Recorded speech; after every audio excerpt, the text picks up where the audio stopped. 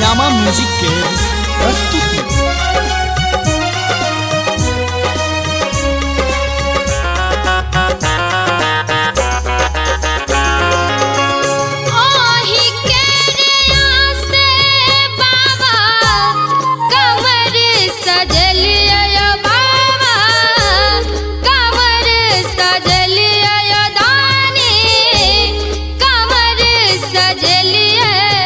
बाबा कत्तानु के लिए ना दानी कत्तानु के लिए ना बाबा दर्शन बिनु तरस लिए दानी कत्तानु के लिए ना बाबा दर्शन बिनु तरस लिए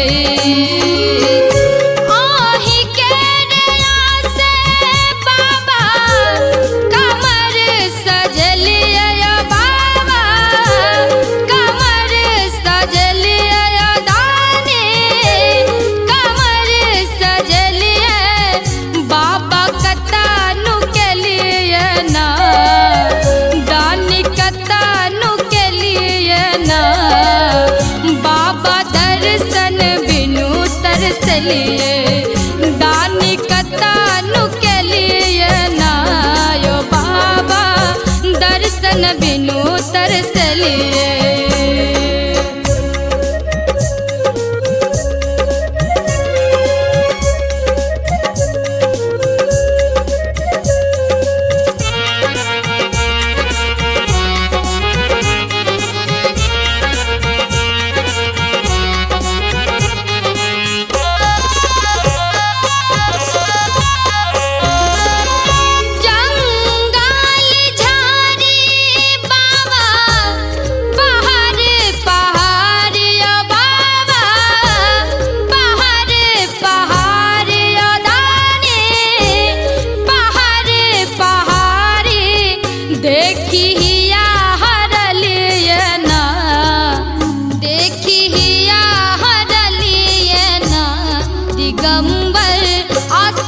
कत्ता लगलिए बाबा कत्तानु के लिए ना दिगंबर आसन कत्ता लगलिए बाबा कत्तानु के लिए ना यो भोला दर्शन बिनु तरस लिए बाबा कत्तानु के लिए ना यो बाबा दर्शन बिनु तरस लिए।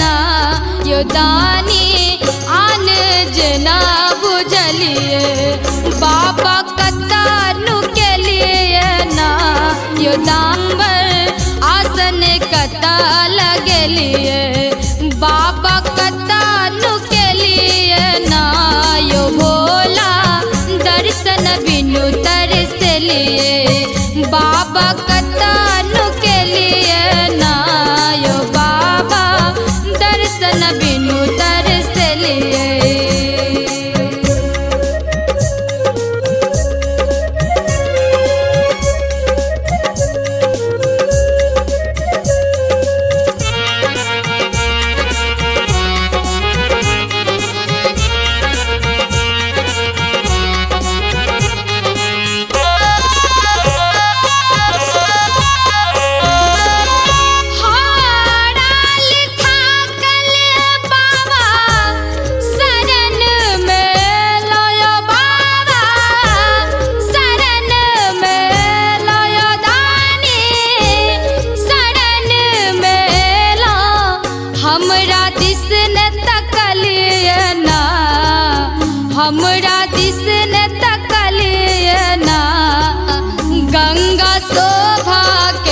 बिसरलिए शंभु कतानु के लिए ना गंगा शोभा कर बिसरलिए शंभु